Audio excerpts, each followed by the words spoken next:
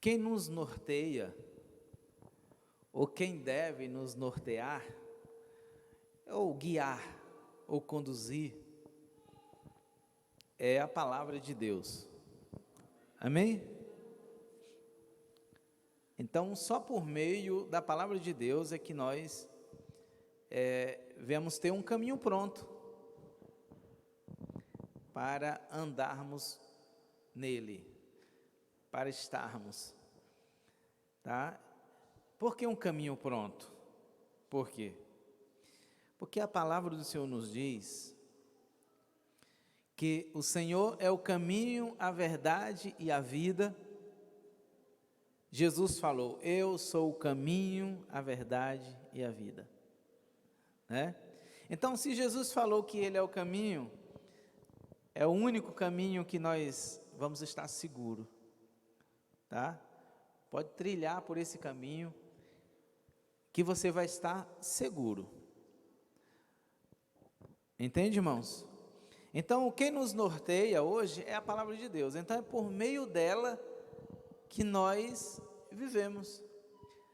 Então, é por meio da palavra, do que nós ouvimos, do que lemos, do que cremos, que nós somos alimentados. Então, a palavra de Deus, ela foi o próprio Jesus, ou é o próprio Jesus. Então, quando Jesus estava aqui na terra, Ele era a própria palavra, porque Jesus é Deus, né? Como Ele falou, eu e o Pai somos um. Então, não vou entrar nesse lado teológico não, tá? Então, para você entender que a palavra de Deus era o próprio Jesus aqui na terra. Então, tudo que Jesus falou, ou que Ele falava, nós precisamos crer. Está microfonando, Jefferson. Então, nós precisamos crer, confiar, descansar, tudo que Ele falou, irmãos. Tudo que Deus falou, creia, sem duvidar. Então, como é a palavra de Deus quem nos direciona, que nos norteia, nós precisamos crer nela e aprender nela ou com ela.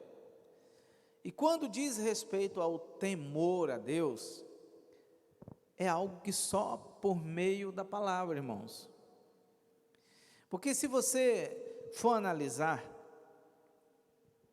um pai com um filho, o tratamento de um pai com um filho, e aqui eu creio que muitos de vocês aqui vão se identificar com o que eu vou falar. Como era que o seu pai tratava você? Como era que você obedecia o seu pai? Talvez algum de vocês aqui obedeciam por medo, né? Porque existe o filho que obedece por medo, existe o filho que obedece porque compreende, porque entende, por amor, por obediência.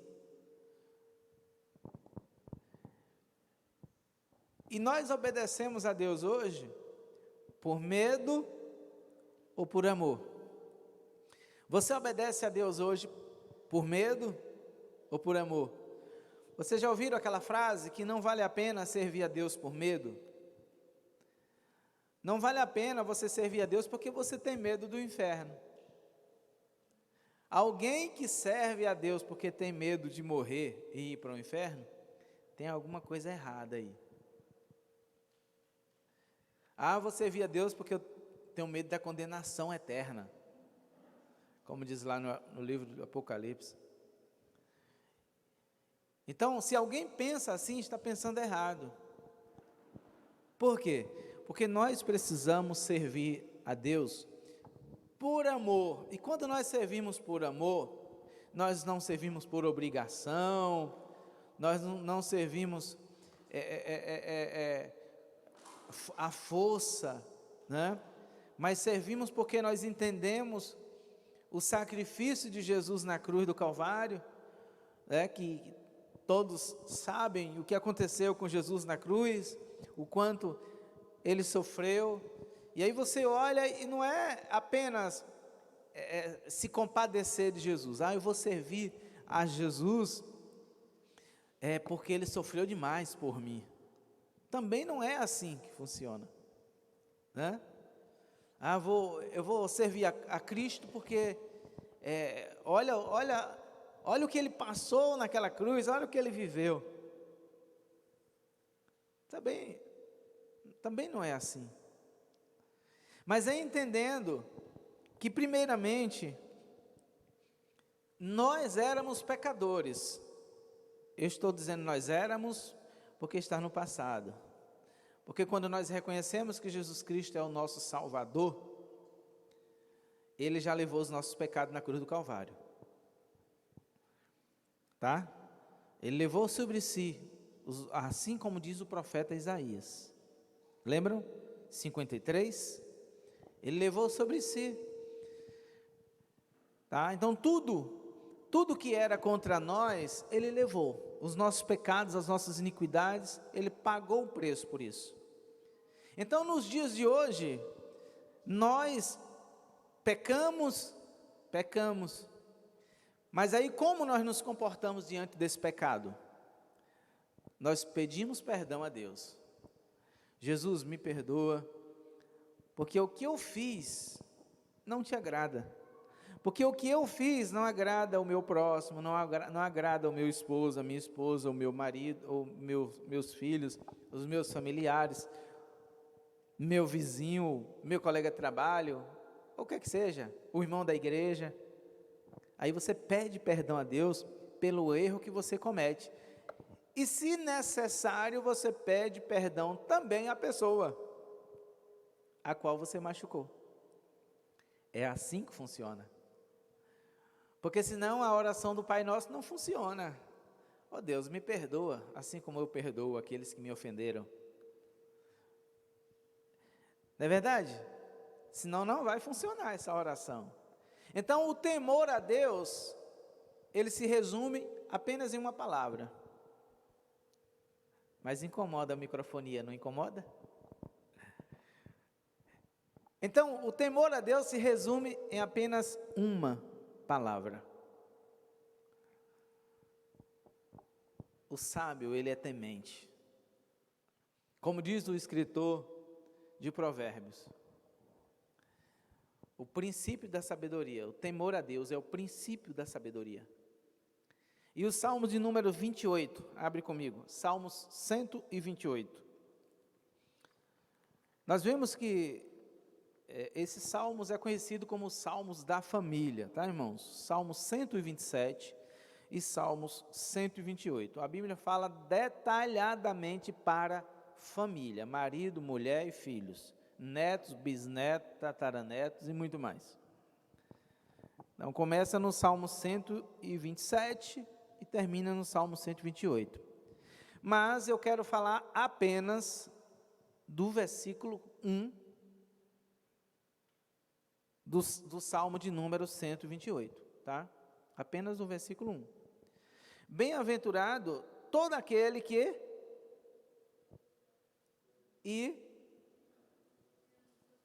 pronto, só isso. Feliz, bem-aventurado é feliz, irmãos, sabe?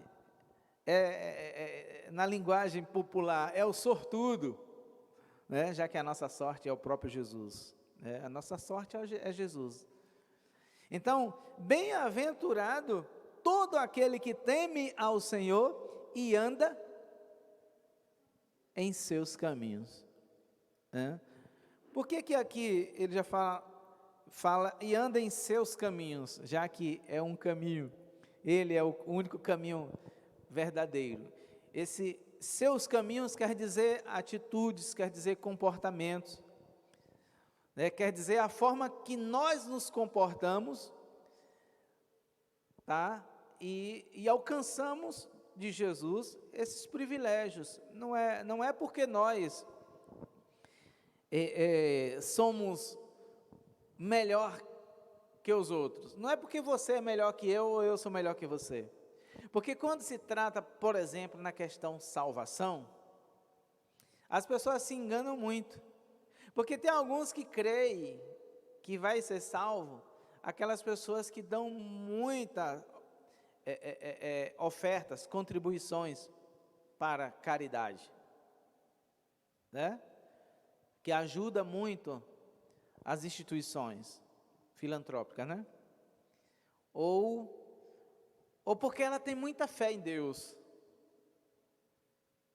E aí, às vezes as pessoas confundem muito isso. Alguém não vai ser salvo porque ele ajuda muito os pobres. É um dever ajudar o próximo. É um dever. E é também uma ordenança, né? Amar o teu próximo como a ti mesmo. Então, quando você ama alguém como você mesmo, você se preocupa. Você se preocupa com ele. Então, é um mandamento, né?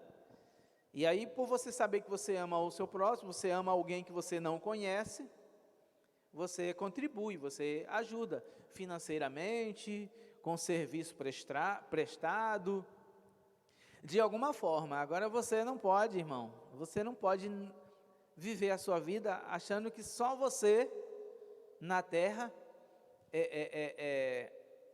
ou seja, que você só deve se preocupar com você.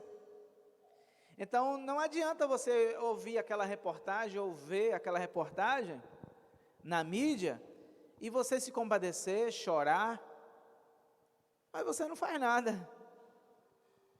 Não adianta você visitar alguém com fome e você dizer, olha meu irmão, Jesus quer te transformar. Jesus quer cuidar de você. Vai para Ele. Mas ele está com fome, está com a barriga. E você, Deus te abençoe, irmão, vou para... Tchau.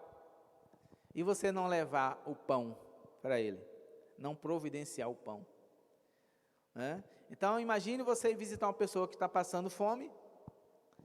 E aí você vai, volta, visita e volta e você não se preocupa com a situação de miséria que está vivendo aquela pessoa. Então não adianta você levar um evangelho para ele e não levar a comida, o pão. Tem que levar os dois pães. O pão que enche a barriga e o pão que alimenta a alma. Palavras de Deus. Senão, o teu evangelho, o meu evangelho, o nosso evangelho, não vai ter efeito nenhum. Pode até ter efeito para a vida daquela pessoa, mas diante de Deus, Deus vai dizer, sabe o quê? Eu tive fome e não me deste de comer. Eu estou citando fome, mas existem outras áreas que você pode ajudar também, irmão. Tá? Existem outras áreas. Se você ajudar com R$1, com 1 centavo, com 5 centavos, você já está fazendo alguma coisa. Tá? E isso é função sua, não é função do governo não. Do governo federal, do governo municipal não, ou estadual. Não é. O governo, existem outros meios para que o governo ou os governos ajudem. Existem outros meios. O seu meio é poder ajudar. É poder comprar algo para ajudar. Porque às vezes chega alguém que, né, já chega alguém vendendo para a gente bala, cocada, né, vendendo um docinho ali. E aí, você nem gosta de doce, mas você compra, que é para ajudar aquela pessoa. E você não está errando. Então é mais seguro você comprar o produto do alguém que está vendendo do que você dar o dinheiro para alguém que está te pedindo. Tá? Eu penso assim. Eu sou mais de comprar o produto do que aquela pessoa, me dá um dinheiro que é para mim fazer isso, tal, ajudar minha família. Eu sou mais de comprar, tá? Não sou muito de ajudar, só a não ser que Deus, em um caso específico, chega e diga, olha, ajude. Se não, eu acho mais seguro contribuir comprando o produto da pessoa. É bem mais seguro, certo? Isso é eu, você é você, tá? Então, você não está no mundo a sós. Tá, meu querido? Você não está no mundo a sós, você não está aqui na terra a sós, tem mais pessoas à sua volta. E você, como conhecedor do Evangelho, ou não conhecedor, a partir de agora você está conhecendo, porque você está me ouvindo, Jesus falou na sua palavra, que nos últimos dias, no último dia, ou no momento que você estivesse diante dele, que você fosse reivindicar, Senhor, mas eu não preguei o Evangelho em teu nome, eu não fiz isso em teu nome. E ele vai dizer, olha, você lembra? Você lembra que você teve a oportunidade de ajudar alguém e você não ajudou? Você vivia só no seu mundo. E o que mais tem, irmãos, são pessoas que estão vivendo no mundo delas. Não se preocupa com o que está lá fora. Tá? Não se preocupa com a fome, não se preocupa com a nudez, não se preocupa com a enfermidade do outro, do próximo. Então, nós precisamos ter consciência disso, tá? Então, quando ele diz, olha, é feliz, o homem que teme ao Senhor, ele é feliz.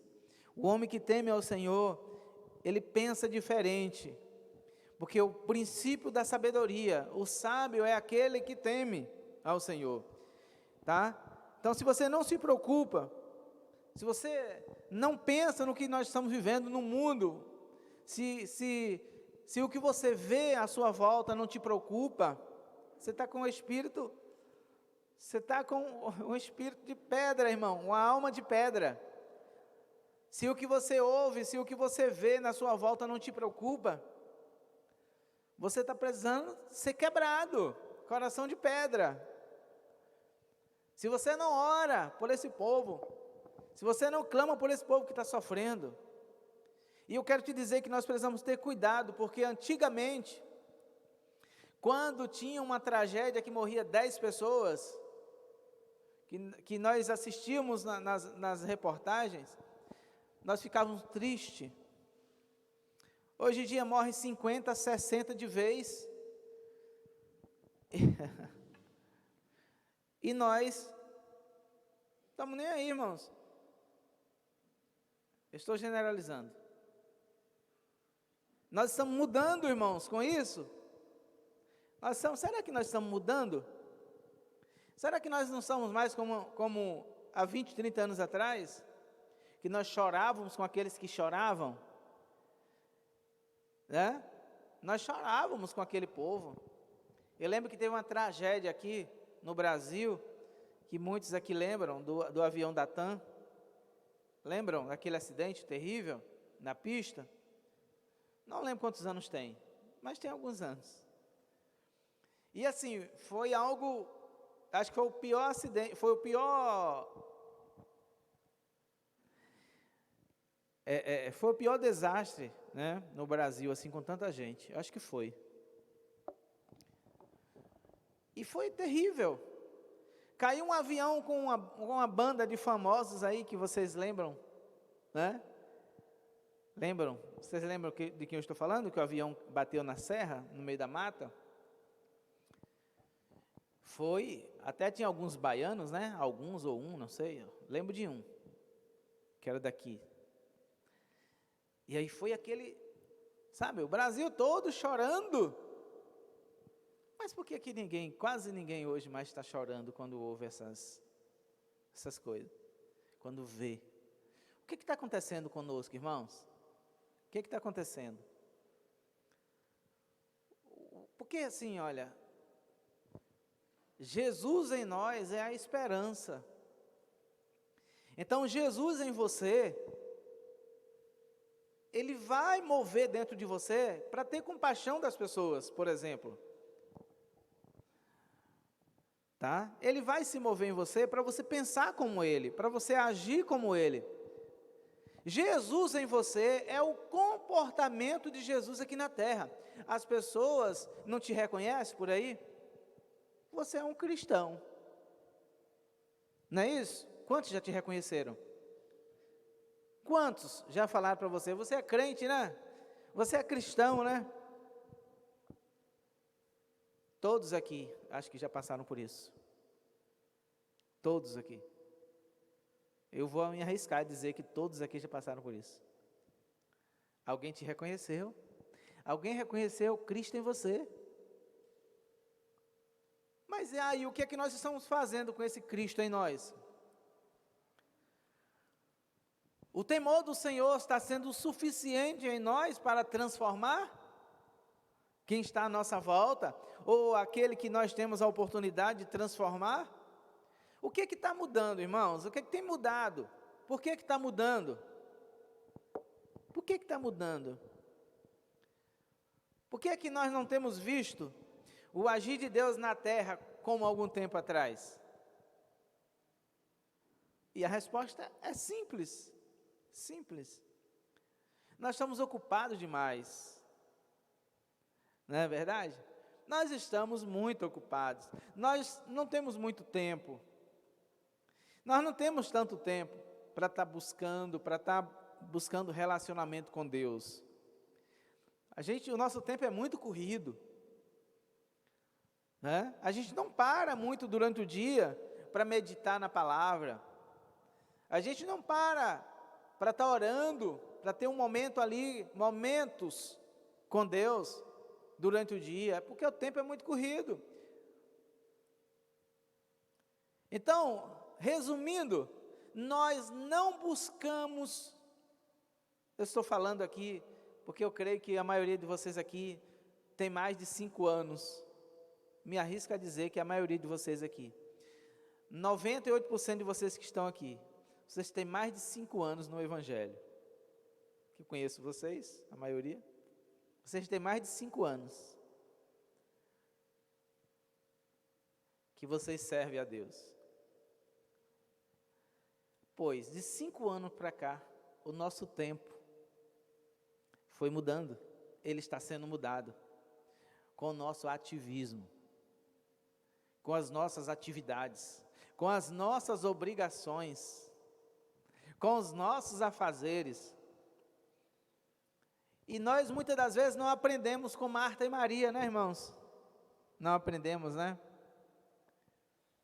E receberam Jesus em casa. Nós muitas das vezes não aprendemos. E nós temos Jesus em casa. Porque nós somos casa.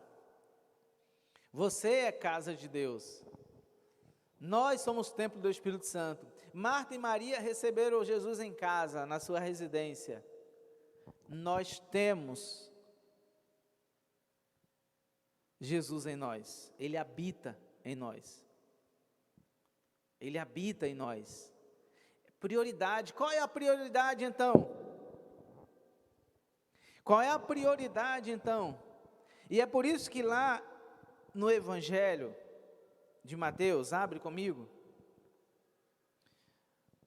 Evangelho segundo Mateus, capítulo 6, todo mundo conhece.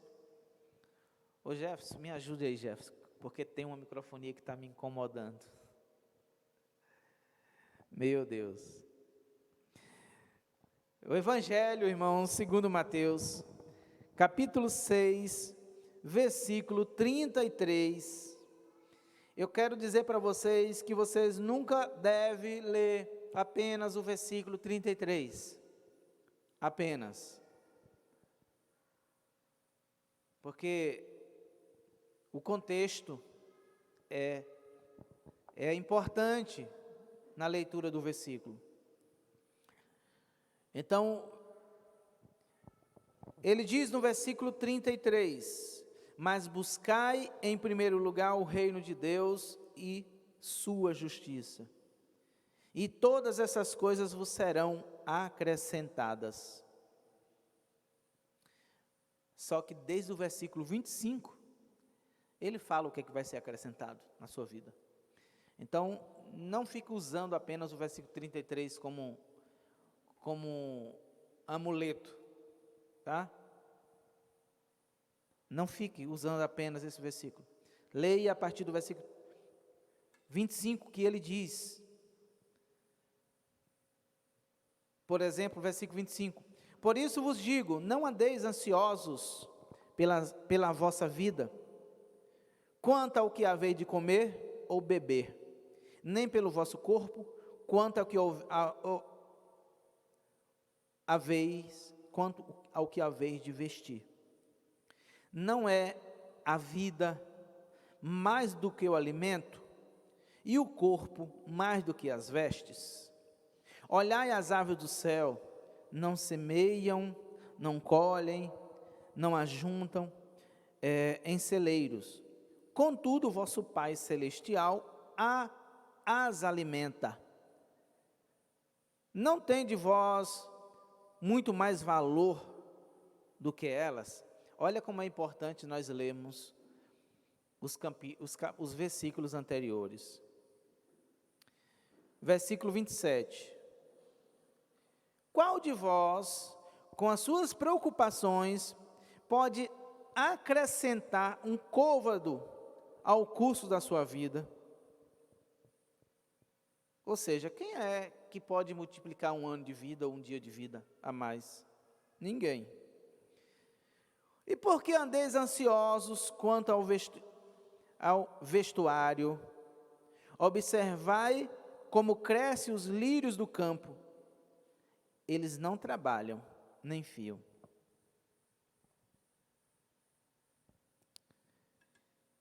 Versículo 29. Eu, porém, vos digo que nem mesmo Salomão, em toda a sua glória, se vestiu como um deles.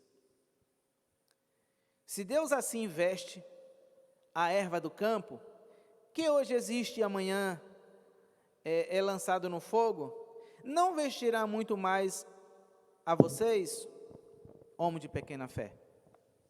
31. Portanto, não andeis ansiosos, dizendo: que comeremos, que beberemos, ou como que nos vestiremos? Pois os gentios procuram todas estas coisas, porque o vosso Pai Celestial sabe o que acrescentais de todas essas coisas, que necessitais. Perdão, irmãos. Mas buscai, aí vem o versículo que nós acabamos de ler. Mas buscai em primeiro lugar o reino de Deus e a sua justiça, e todas essas coisas vos serão acrescentadas. Portanto, não andeis ansiosos pelo dia de amanhã, pois o dia de amanhã cuidará de si mesmo. A cada dia basta o seu mal. Será que você conseguiu entender agora que o versículo 33, isolado, ele não tem, fora do contexto, como ele é usado muitas das vezes, de uma forma negativa. Tá? Então, quando ele diz, buscar em primeiro lugar o reino de Deus e a sua justiça, e todas essas coisas te serão acrescentadas. Ou seja, o que você precisa. Você não pode dormir, eu vou dormir agora, porque amanhã eu tenho que acordar 4 horas da manhã. E aí você, né? Mas hoje tem culto, não vai não? Não, amanhã eu tenho que acordar cedo, amanhã eu tenho tanta coisa para fazer amanhã. Vamos voltar lá no Salmo 127? Você fechou? Salmo 127, nós acabamos de ler. Quer dizer, abrir, né? Salmos de número 127. Aqui tem a resposta.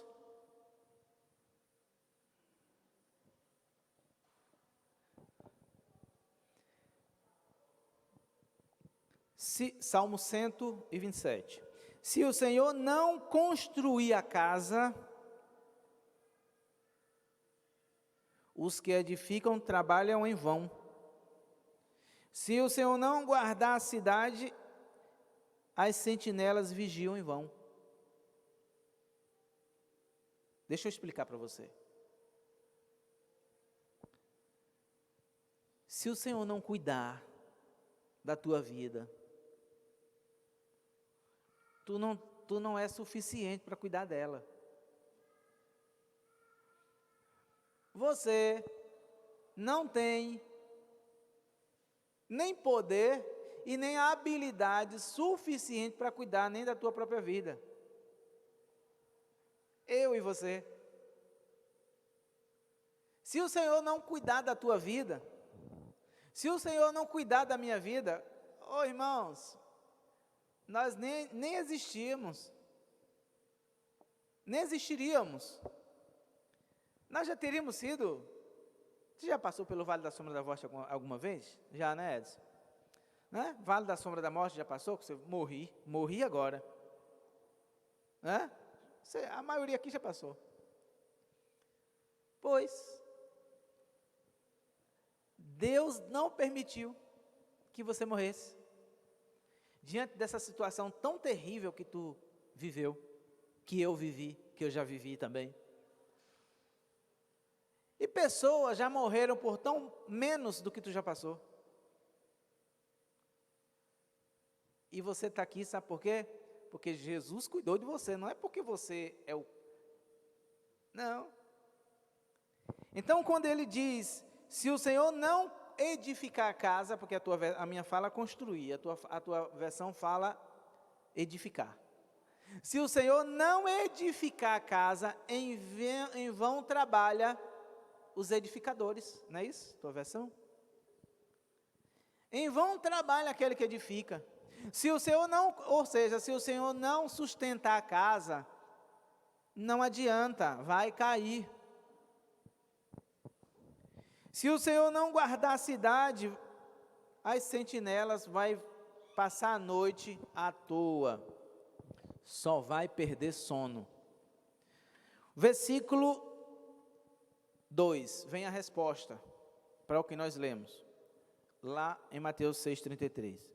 Será inútil levantar cedo, tá? Repousar tarde,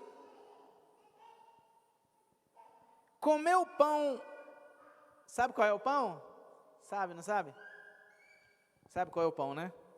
Aqui o salmista pegou leve, né? O salmista falou assim, comer o pão do trabalho. A tua versão fala pão de dores? A minha versão ainda fala pão do trabalho. Pois ele concede sono aos seus amados. Então não adianta você dormir tarde e acordar cedo. Porque você, pastor, então quer dizer que agora eu vou ficar com as pernas para cima até 9 horas da manhã. Não é isso que ele quis dizer. E você crê que não entendeu isso também. Aí vamos voltar para o versículo de Mateus 6,33. Buscar em primeiro lugar o reino de Deus e a sua justiça. E todas essas coisas vos serão acrescentadas. Que coisas? O teu trabalho, as tuas necessidades, a tua família, o suprimento vai vir. Lembra que ele falou? Os lírios do campo, aquelas rosas, se você vê algumas flores que ela é só da noite para o dia, aquela flor bonita.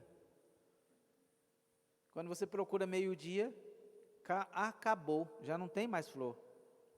Só foi à noite. Mas era tão bonita e acabou assim, foi embora, morreu, secou. Para você ver. Era tão bonita, tão importante, mas só aguentou uma noite.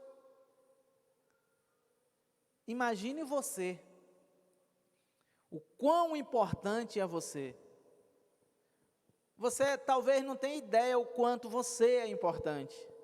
Talvez você não tenha ideia de quantas pessoas, de quantos foram na tua frente e tentaram romper o óvulo, né, mulheres?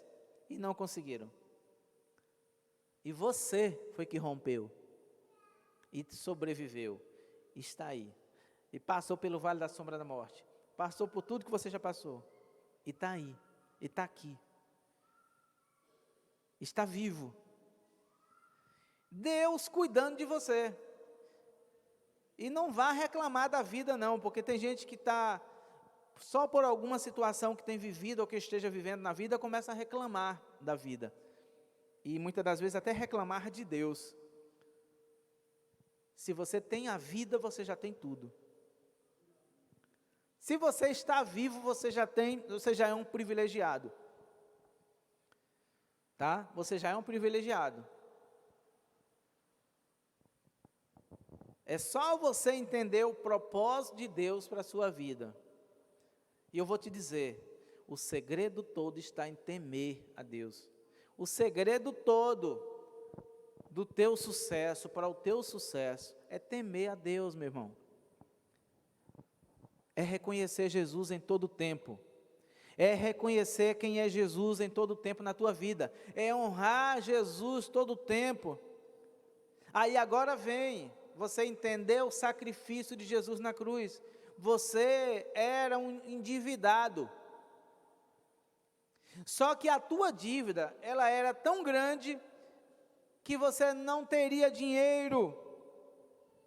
Você não teria dinheiro para pagar essa dívida jamais.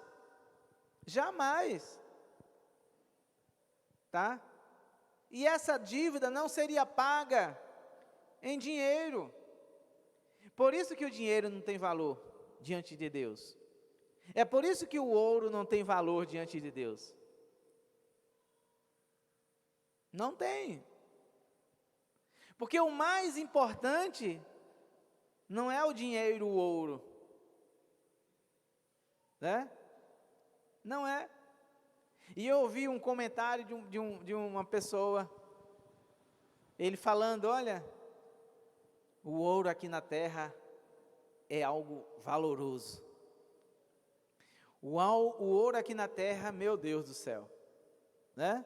Até o símbolo do nosso amor, né, com o nosso cônjuge, né, a aliança, aquela questão toda, é de ouro. Claro que já existe até de plástico, mas o ouro aqui na terra é algo desejado. Aí quando você lê na Bíblia, a Bíblia diz que a cidade, a Jerusalém, que descia do céu, que João viu, ela é de quê? De ouro. De ouro. Ouro puro. Jerusalém é de ouro. Nós vamos pisar, andar em ouro. Qual é a importância disso, irmãos? O que Jesus está te dizendo com isso? Hein? O que é que Jesus está te dizendo com isso? O que é que Jesus quer que nós entendamos com isso? Que esse tão desejado ouro aqui, lá não tem valor nenhum. Nós vamos pisar. Você entendeu? Nós vamos pisar, irmãos. Nós vamos andar pisando. E eu creio que ele diz na sua palavra, que a cidade é de ouro, mostrando que nós vamos andar por cima desse ouro, pisando nesse ouro. É trazendo uma mensagem para você hoje, porque eu quero te dizer que a tua salvação, ou melhor, a Jerusalém, ou a eternidade, nós precisamos começar a mais ou menos vivê-la, é aqui na terra. Ela começa aqui. Entende? A tua salvação, a tua eternidade com Cristo, ela começa a partir do momento que você entende quem é Jesus na tua vida. É por isso que tem muita gente pedindo para Deus aquilo que Deus já deu. Existem pessoas pedindo para Jesus aquilo que Jesus já deu. Entende? Tem muita gente fazendo com esse comportamento, buscando, né, se matando por algo que Jesus já conquistou na cruz para ele. Aí ele está buscando, procurando ainda. Jesus, não, mas eu já te dei. Eu já te dei.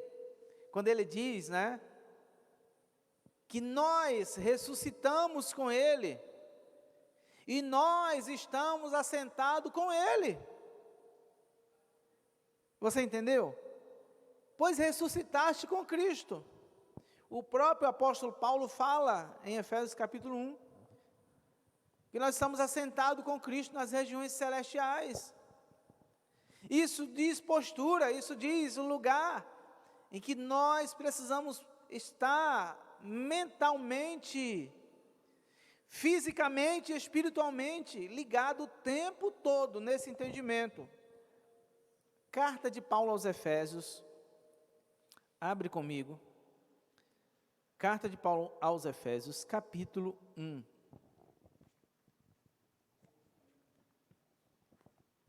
Aqui nós entendemos, irmãos, qual é a nossa, ou qual deve ser a nossa postura, a nossa função. Capítulo 1, versículo 3.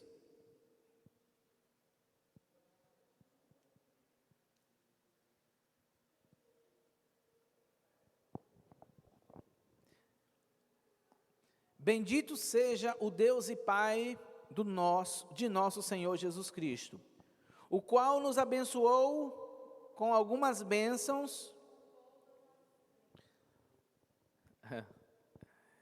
Então, vou ler novamente, tá? Que eu estava lendo brincando, tá, irmãos? Brincando num sentido, só para ver vocês me corrigirem. Bendito seja o Deus e Pai de nosso Senhor Jesus Cristo, o qual nos abençoou com todas as bênçãos espirituais nos lugares celestiais, onde? Em Cristo. Com Ele, como Ele nos escolheu nele, ou elegeu, não sei como é que está a tua versão aí, nele, antes da fundação do mundo, para sermos o quê? Santos e sem mancha, na presença dele em amor. Versículo 5. E nos predestinou, tá? Essa palavra predestinou aqui é um pouco polêmica, mas não tem nada a ver com... Para sermos filho de adoção por Jesus Cristo, para si, segundo a satisfação da sua vontade. Versículo 6. Para o louvor da sua graça, ou glória, da sua graça, a qual nos deu de graça no amado, em quem temos resgate pelo seu sangue, perdão dos delitos, segundo o quê? As riquezas da sua graça, não é porque nós somos bonitinhos, não. Que ele fez abundar para convosco em toda sabedoria e inteligência,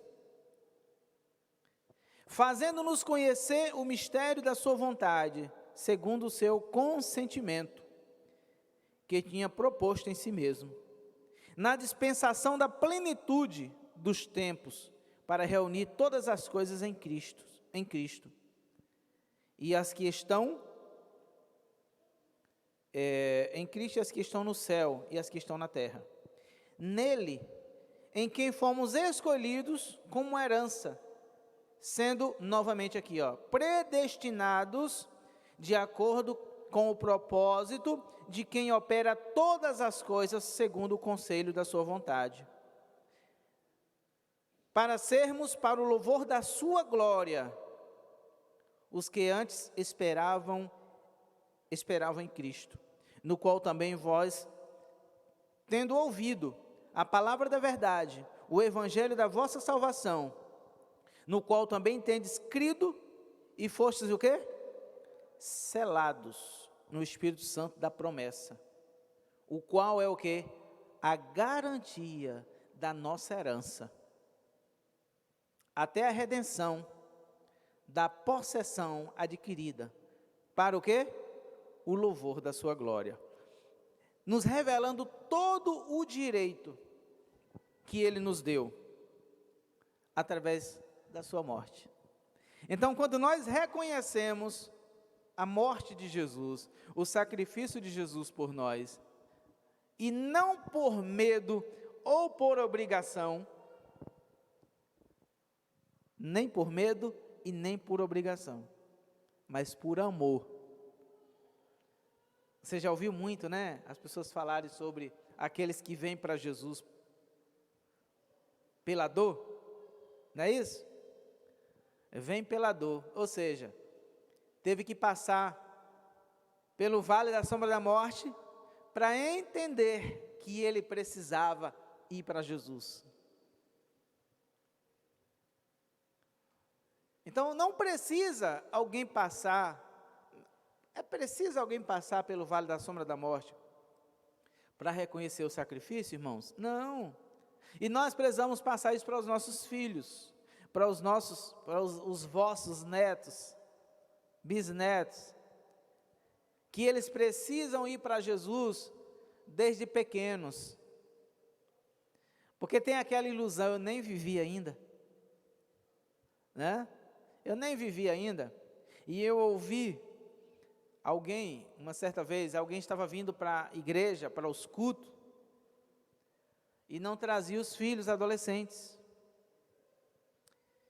E aí eu perguntei, por que não trazia os filhos para a igreja? E a pessoa me falou, porque eles precisam crescer para decidirem o que eles querem da vida. Ô irmãos, ou falta de conhecimento, ou falta de responsabilidade. Porque eles estavam no caminho e os filhos adolescentes fora do caminho. Porque a Bíblia diz, ensina no caminho. Ensina a criança no caminho. Tá? Ensina ela, anda com ela. Então, deixar um adolescente, uma criança se tornar adulta, para dizer para ela, olha, é o seguinte, tenho servido a Deus todos esses anos aí, agora chegou a hora de você decidir a sua vida. Quanta irresponsabilidade, tá? Criança e adolescente, ele é levado, ele é guiado, ele é ensinado, e é por amor também, não é por força não, porque quando um adolescente ou uma criança está sem vontade de ir à igreja com os pais, tem alguma coisa errada, ou na igreja, ou nos pais, tá? Vai ter alguma falha aí, ela não quer ir para a igreja, por quê? Então, porque ela está na fase de aprender, de ser ensinada, de ser discipulada, e ensinada a temer a Deus. Então, quando nós ensinamos a criança ou adolescente a temer a Deus, ela vai crescendo, entendendo que ela deve a vida dela para Jesus. E ela não vai dar a vida dela a Jesus por obrigação, não, ou por medo, ou por força, não. Ela vai entregar a vida dela para Jesus por amor, entendendo, porque se alguém se coloca para morrer no seu lugar, e ela morre, se você não for grato a ela, você não serve nem para viver. Entende? Se alguém morre por você, e você não é grato àquela pessoa por ela ter morrido por você, você é um ingrato. Eu sou ingrato. É como alguém, olha, compra briga por mim, né? Alguém compra briga no meu lugar. Não, pastor, é eu que vou resolver, é problema meu. Eu que vou resolver a sua questão. E ela resolve, uma questão séria. Eu tenho que ser grato àquela pessoa, para o resto da minha vida, pessoal. Senão eu serei o quê? Ingrato. Você não é um ingrato, né? Nós não somos ingratos, né, irmãos? Você sabe o que é ingratidão? Ingratidão é não reconhecer o benefício que alguém fez ao teu favor, ao meu favor. Isso é ingratidão. Não importa quem seja. Não importa. Não importa. É como amor, irmãos. Amor é independente de qualquer coisa. Nós temos que amar. Porque o amor, ele é incondicional. Entende? Amor é incondicional. Não tem condição para amar. Ah, eu não amo mais. Você nunca amou. Porque amor é construção. Amor é decisão. Você decide amar. Amar, você decide amar. Não é um sentimentozinho que vem hoje e amanhã vai embora, não. Porque imagine se Jesus decidisse não morrer por você e por mim. Ah, olha, não amo não. Não amo esse povo aí não. Mas a Bíblia diz o contrário. Deus amou o seu Filho. Deus amou. Deus te amou. Deus me amou. De tal maneira, Deus amou o mundo. Deus amou o mundo. Deus te amou de tal maneira que enviou o seu Filho, o seu único Filho, para morrer. Ele não procurou assim, deixa eu olhar o pecado daquela irmã ali.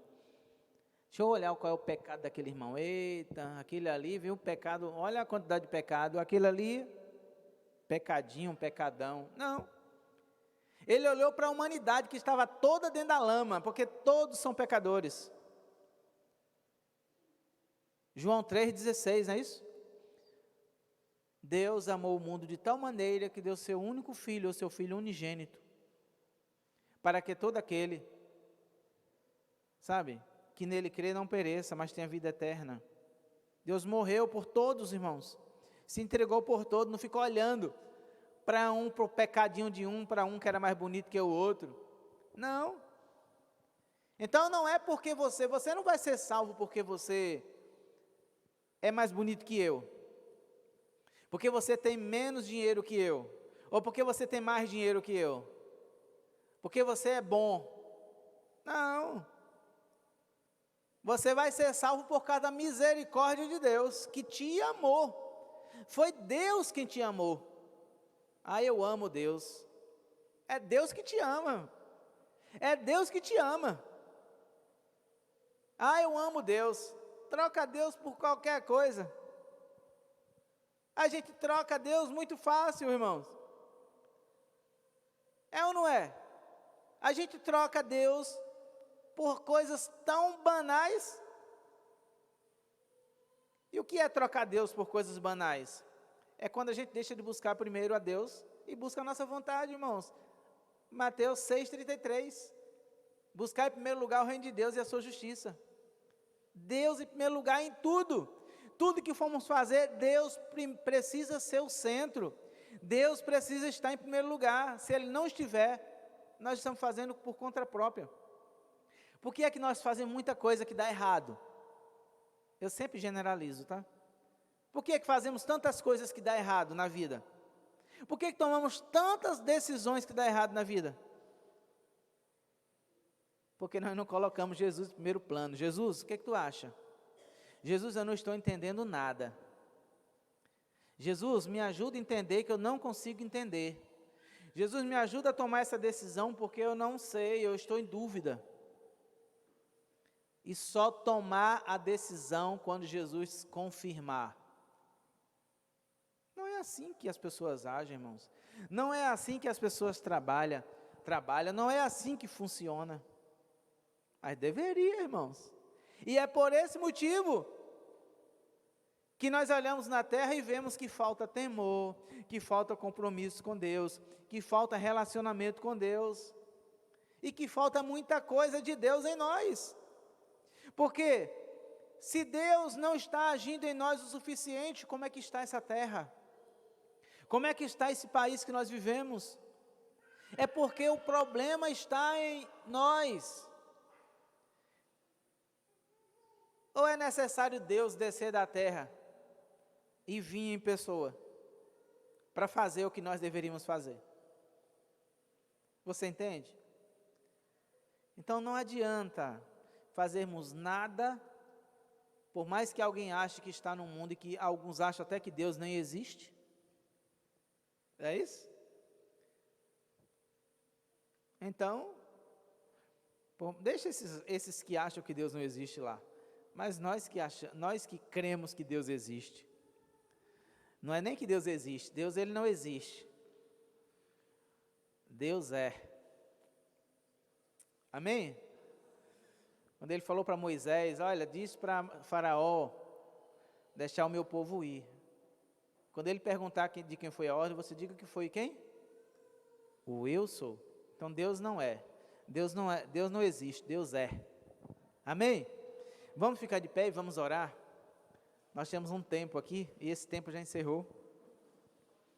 E vamos orar ao Senhor, que essa palavra fique no teu coração. Oro a Deus para que também fique no meu coração. Amém? Porque Deus, sem você, Ele continua sendo Deus.